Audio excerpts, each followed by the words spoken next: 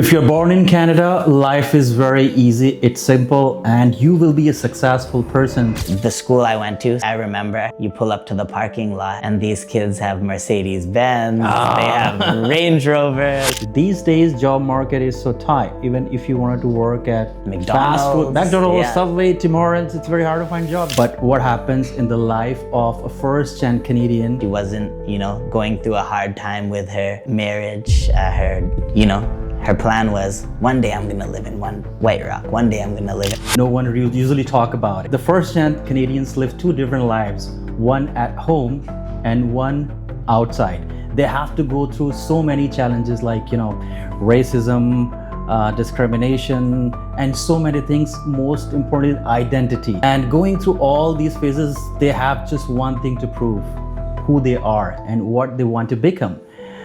Today we have a very young and successful man, Lucas. And I'm very grateful that he is with me. He trained me 8 years back. Yeah. Lucas, welcome to the show. This is Beyond Immigration, and we will not talk about immigration.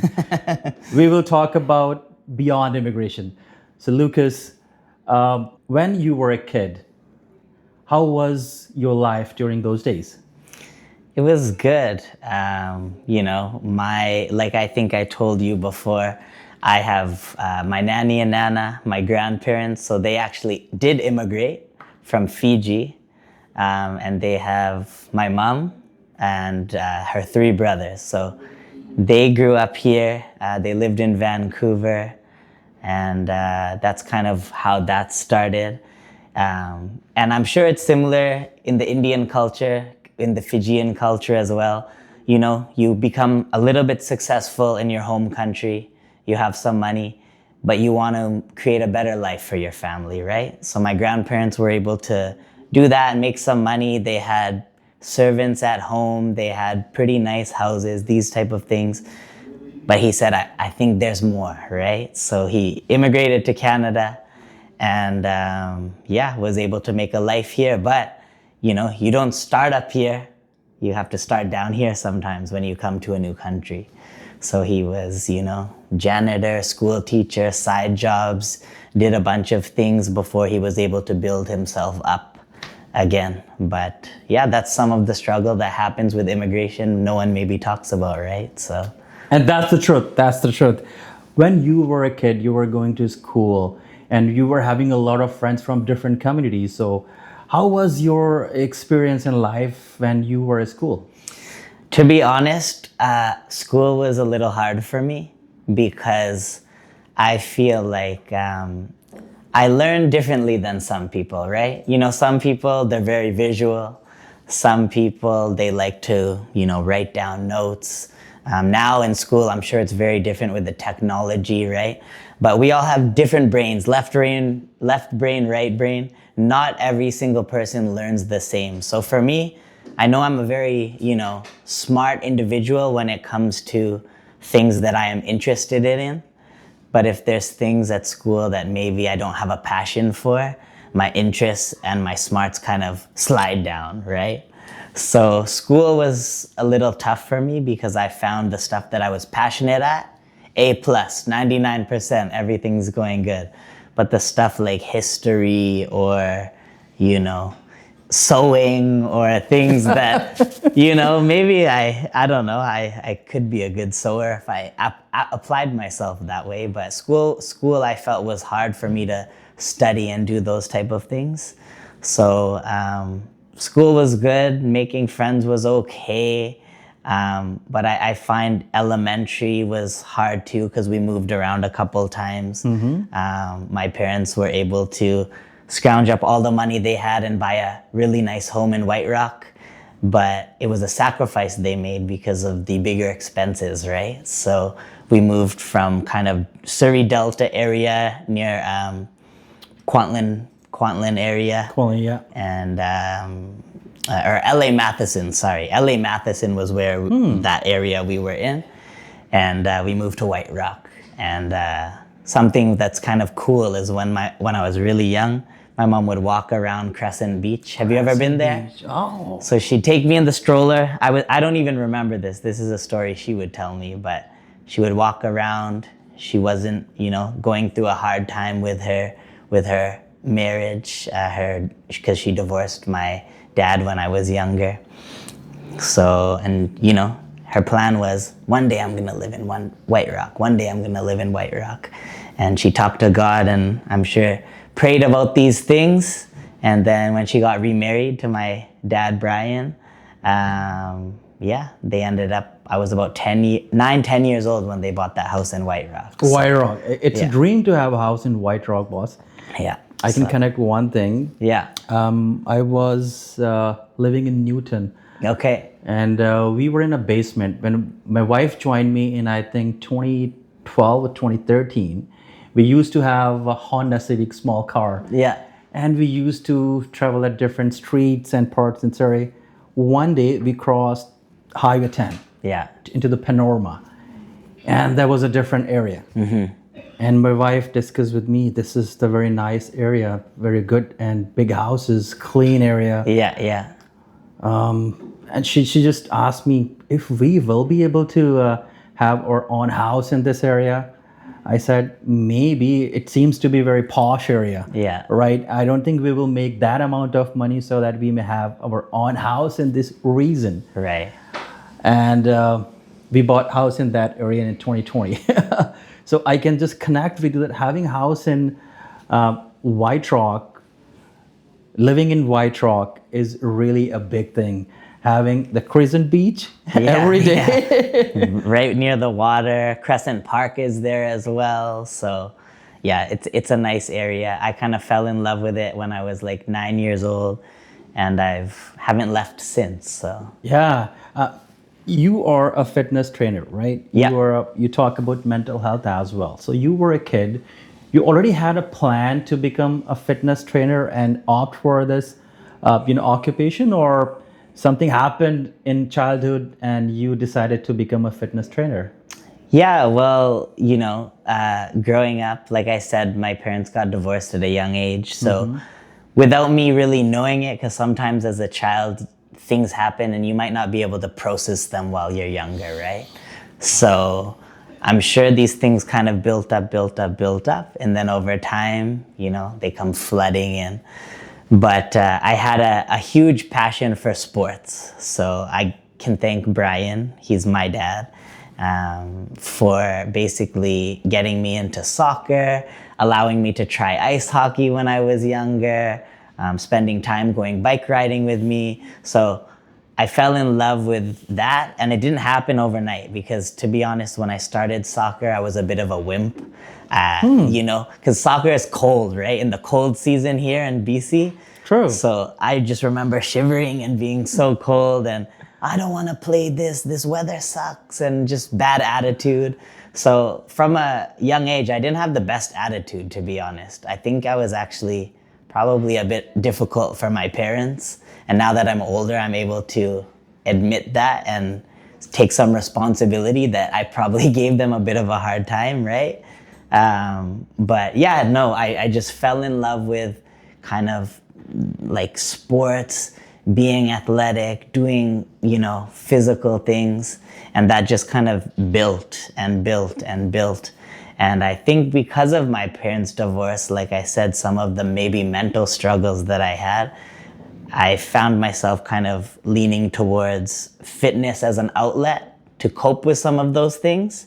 And then as I got older, being a Christian, I grew closer in my faith to God as well. So those two things are kind of, I believe, the most important things when it comes to naturally being able to cope with some of these struggles that we all have. We all have struggles, right? So one thing is very sure, Lucas, you keep balance in all these things. Still, I remember, I think 8 years back, and we met today after 8 years, right? Yeah. And you are stronger than before. Oh, I Your appreciate physique that. is same, exactly same. No change, buddy. Yeah. Now even you are a father. Yeah. You are a husband. Yeah. You are a leader, but still you are the same. Yeah. Okay, so at what point of your life you decided to make this fitness path as a career? Yeah, well, I think one of the things that all of our parents say to us and they always mean well, right? Is like, get a higher education, get a higher education. And for someone in Canada, that usually means university or some form of university, right? Yeah. So anyway, like I said, I struggled a little bit in high school with focusing because I also actually was diagnosed with ADD and ADHD at a younger age, around 14, 15, I believe. And so once again, this is where the fitness helped me cope with some of these things naturally because I didn't want to take meds from the doctor. And I realized, people with OCD, ADHD, it can be used actually as a gift, right? Because How? Because if you have OCD, OCD means obsessive compulsive disorder. ADHD is someone that kind of has like hyperactive traits, right? Okay. So the hyperactive side, I can use that in my fitness side, and the OCD, when I'm focused on something, I can hone in like no one else can hone in, which means if I'm interested in how am I going to invest in this next property, how am I going to buy this stock, how am I going to do this, I can use those skills to hone into those things probably better than anyone. Now, if I just went to the doctor and said, hey, I have ADHD, OCD, give me a bunch of pills so I can, numb myself. That might not be the best way, right? So, we got a little bit off track there because I was just talking about that. But I found that, getting into using my weaknesses as strengths was something I had to learn how to do, right? So what was your first job? First job, I was actually 14 years old. 14. I think I was actually 13, turning 14. And my mom, credit to her and my dad for pushing me. They made me basically fill out all these resumes. Go and work. And they basically said, go work. You want to make some extra money. And we grew up, like I said, we grew up in White Rock. So a lot of my friends, their families had probably more money than we did. Right? Like the school I went to, Semiamu Secondary, I remember you pull up to the parking lot and these kids have Mercedes-Benz, they have Range Rovers, all these things, right? I will have one day. And everyone had a cell phone even back. In those days? Those days, everyone had some sort of cell phone, right? So my mom, I said, I want to have a cell phone, right? She's like, okay, you can have one as soon as you can start paying for one. So tough love, or call it what it is, but that's why I started working at such a young age. And I think working at such a young age allowed me to become a bit more dependent on myself. Because I think, especially nowadays, first of all, it's getting hard to actually even get some entry-level jobs for people that are born here, I think. You are 200% correct. Yeah. These days, job market is so tight. Even if you wanted to work at fast food, McDonald's, Subway, Tim Hortons, it's very hard to find jobs. That's the burning topic, boss. That's a burning topic because of a lot of immigration. Things. So people are just debating on this, and now it's better. There's less immigration now. It's good for kids as well. For sure. But you're right. These days, the job market is very tough. It's brutal. Even you can't find a job at entry level. For sure. In those days, it was easy. Yeah. Well, at that time, I mean, it must have been way easier because I was only 13, right? So the fact that they're hiring a 13-year-old means there was work available, right? But I feel very blessed to have, had my parents to push me at that age to go do that. Because internally, no kid wants to really work, right? You have to develop those skills. So I was able to work at Save On Foods, and I think I held that job for like 6 or 7 years from 13. Oh, you were Save On Foods for 6 or 7 years in a row until you graduated high school. Basically, and actually even past high school, I kept it. Yeah, before I went into university. But so I feel blessed to have been given the opportunity at 13 to work with people in their 30s, in their 40s, even in their 50s, and develop some skill sets of even just the social aspect of talking to older, wiser people that have been in the workspace for 20, 30, 40 years, right? If I didn't have that opportunity, I don't know if I would be the same person that I am today, right? So I'll like to share my perspective to this context. Whenever we go to any place, especially this Safeway, Save Foods, or any other place where kids work like 13, 14, 15, they're very nice. They look very innocent, very innocent, and they are so polite. Yeah. Right? I can just still remember the days you worked when you were 13, 14. Yeah. It connects you. It connects you. That's the beauty. When you got your first paycheck, do you still remember where you spent your first paycheck? I was more of like a saver back then. But I would spend it. I was very into soccer as well. So I would save. And then as soon as I could get the newest Cristiano Ronaldo soccer boot, that's what I would get. You are exception, Yeah. You're exception. Why? Because whenever we make money here at teenage, the purpose is very simple. Yeah. Spend money. People live life paycheck to paycheck. Yeah. But at 13, you saved. Yeah. And that's a testament to my parents, my mom especially, and my grandparents. Because, one of the things they said as I got older, one of the things they shared with us is when things were hard, and even when they weren't hard, they learned how to live on one salary when they were married. So if you learn how to live on one salary, but you have two, you can do so much with the other side, right? Whether it's investing, using this money to go on trips, whatever you want. But it takes discipline as well, right?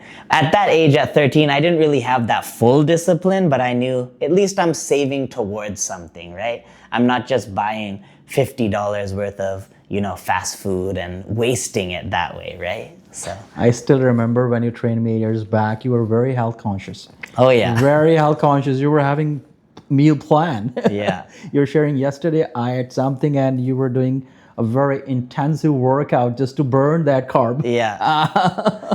Yeah. So when did you officially entered in this fitness training stream?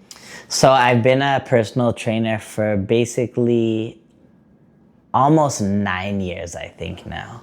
9 years? Yeah. So it kind of started out of fun, of helping a few people, getting into shape myself, learning as much knowledge as I could myself to be able to build my own body, right? But yeah, 9 years, and started on my own. Worked at a place called HD Fitness for a little bit, was at Platinum Athletic Club as well, went out on my own, and I have my own brand called Holistic Movement now, and I also now work out of Anytime Fitness. So I've just been able to kind of, over time, build myself, learn things from each place I've been at, grow. And then as much as I love fitness though, I think we had this conversation before as well. I'm 32, turning 33 in August. Fitness is amazing. But when you get married, when you have kids, and not everyone's in that chapter of their life, right? So I'm speaking to maybe the people that are in that chapter. But when you have a wife especially, and then kids, your priorities have to change, right? Like, you still need to be fit, you still need to do this, but my days of competing as of right now, I'm not even thinking about that. I'm thinking about how happy can I make my son on a Friday? Is my wife getting enough attention from me? And if she's not, what can I do to be a better husband, right? And if I'm failing at that, then I need to do a better job, right? To make her happy too, so. I still remember when you're training me, the first thing I was very stubborn. My timing was only 5 to 6. 5 a.m., yeah. 5 in the morning. I still remember it was Platinum Athletics, right? Yeah. Platinum, yeah. And when I was there, you were before me most of the times. Yeah. Waiting for me. Yeah. And you were very brutal. And that helped me because at that time my weight was more than 90 kgs, and you helped me Yeah, just bring yeah. down more than 75 or 76, and you were very nice, really, because of you trim it, like, say for example, like 1 year, right? Yeah. And that was the beautiful days still I remember. Yeah, yeah. And still I remember that you were talking about your partner. I would actually go upstairs to the janitor's closet and sleep. Stay at the gym for like literally, I don't know, if I got there at 5 a.m., I wouldn't leave till sometimes 10 p.m. So the muscles you have, Yeah. the body you have, it's natural or it's steroid? Honestly, it's, This is the first time I heard this term, peef of joy. yes. So I'm very curious to know what exactly it is. So